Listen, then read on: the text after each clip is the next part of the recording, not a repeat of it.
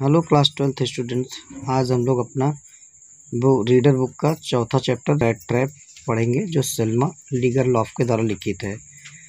Rat trap जैसा कि आप जानते हैं चूहेदानी होता है। तो ये एक प्रकार की स्टोरी है जिसमें राइटर के कुछ अपने आइडियाज़ हैं, तो हम देखते हैं। चलो सबसे पहले राइटर के बारे में समझ लेते हैं, इस चैप्टर के बारे में। About the author, Selma Lagerlof was a Swedish writer. Selma Lagerlof जो हैं वो एक स्वीडन की लेखिका हैं। Whose stories have been translated to many language, जिनकी स्टोरीज़ को कई भाषाओं में ट्रांसलेट किया गया। And universal theme runs through all of them, एक ही थीम जो है उनकी सारी कहानियों में लगभग चलती रहती है। क्या चीज़? A believe that the essential goodness in a human being can be awakened through understanding and love. एक विश्वास ये कि जो एसेंशियल गुडनेस है आप ह्यूमन बीइंग की, मानव प्राणी की जो एक आवश्यक अच्छाई है, कैन बी अवेकेंड, उसे जगाया जा सकता है थ्रू अंडरस्टैंडिंग एंड लव, समझ और प्रेम के जरिए। यानी मनुष्य के अंदर की जो एक अच्छाई होती है उसे समझ और प्रेम के जरिए जगाया जा सकता है। This story set evidence the minds of Sweden, यह कहानी स्वीडन की खानों के बीच में जो है सेट की गई है। रिच इन आयरन और जो लौ ऐश से समृद्ध है। Which figure large in history and legend of the country, जिसको बहुत बड़ी मात्रा में इतिहास में उसकी पौराणिक गाथाओं में इसका वर्णन किया गया है। This story told somewhat in manner of fairy tale, इस कहानी को एक परियों की कथा के रूप में क्या किया गया है, बताया गया है। तो स्टोरी हम देखते हैं। वंस अपॉन ए टाइम, किसी समय, देयर वाज ए मैन, एक आदमी था, who went around selling small red traps of wire, जो तार के बने हुए छोटे छोटे रेड ट्रैप्स यानी चूहेदानी को बेचा करता था। He made them himself at odd moments, वह इनको स्वयं बनाता था खाली समय में। ऑड मोमेंट्स मैंने vacant time. For from the material he got by begging, उस मटेरियल से जो मांग के ले आता था इन द स्टोर्स मैंने दुकानों से, और इट बिग फार्म्स या किसी बड़ी बड़ी कंपनी से, फार्म से। बट इवन सो, लेकिन इसके बावजूद the business was not specially profitable, उसका बिजनेस बहुत ज़्यादा लाभदायक नहीं था। So he had to resort to both begging and petty thievery to keep body and soul together, इसीलिए उसे क्या करना पड़ता था, उससे भीख मांगनी पड़ती थी और कभी छोटी मोटी चोरी भी कर लेता था अपनी जीविका चलाने के लिए। यहाँ पे to keep body and soul together है, इसका मतलब अपनी ज़िंदगी चलाने के लिए। इवन सो, इस प्रकार, हिज क्लॉथ्स वर इन रैक्स, उसके कपड़े जो है चीथड़े रहते थे यानी फटे पुराने रहते थे। हिज चिक्स वर सनकेन, उसके गाल धंसे हुए रहते थे। And hunger ग्लिम्ड in his eyes, और भूख उसकी आंखों में चमका करती थी, यानी उसकी स्थिति अच्छी नहीं थी। No one can imagine how sad and monotonous life can appear to such a vagabond, कोई भी कल्पना नहीं कर सकता है कितना दुख भरी और नीरस जीवन दिखाई देता है इस आवारा लड़के का या आवारा इस व्यक्ति का। Who plods along the road, जो थक कर सड़क पर चलता था। Left to his own meditation, अपनी ही एकाग्रता में खोया हुआ। But one day this man had fallen into a line of thought, लेकिन एक दिन इस आदमी के दिमाग में एक विचार आया, which really seemed to him entertaining, जो उसे स्वयं ही मनोरंजक लग रहा था।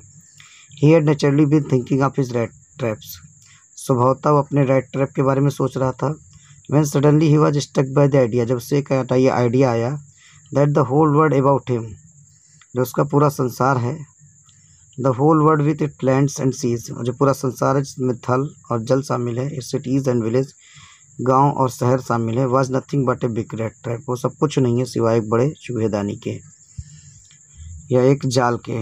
It had never existed for any other purpose, इस संसार का कोई भी दूसरा उद्देश्य नहीं है than to set baits for people, कि वो लोगों को अपने चारे में फंसा ले, अपनी चाल में फंसा ले।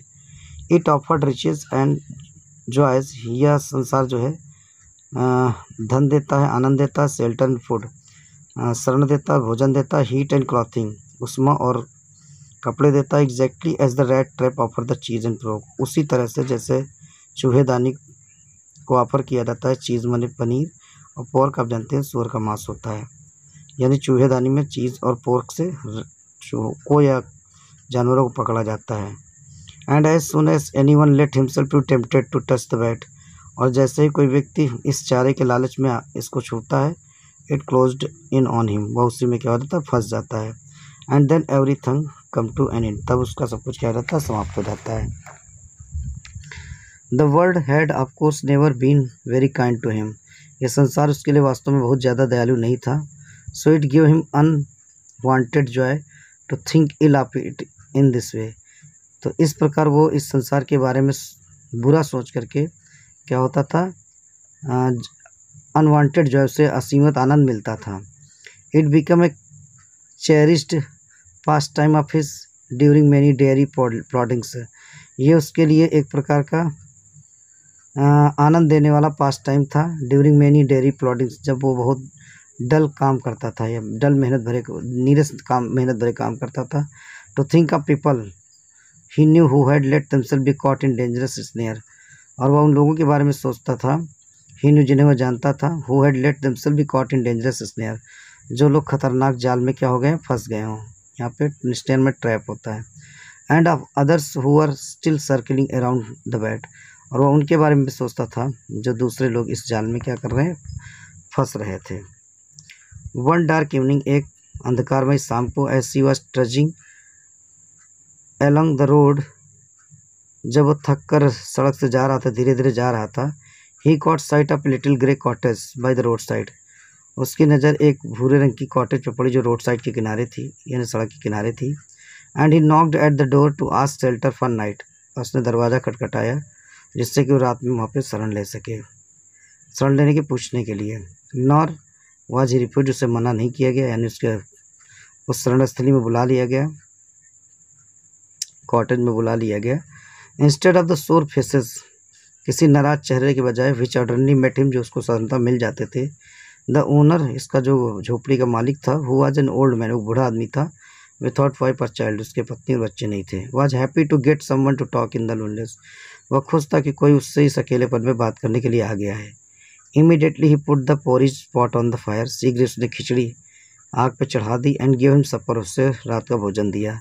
Then he carved up such a big slice from his tobacco roll, तब उसने टमैको के पत्ते का एक बड़ा स्लाइस यानी टुकड़ा काटा।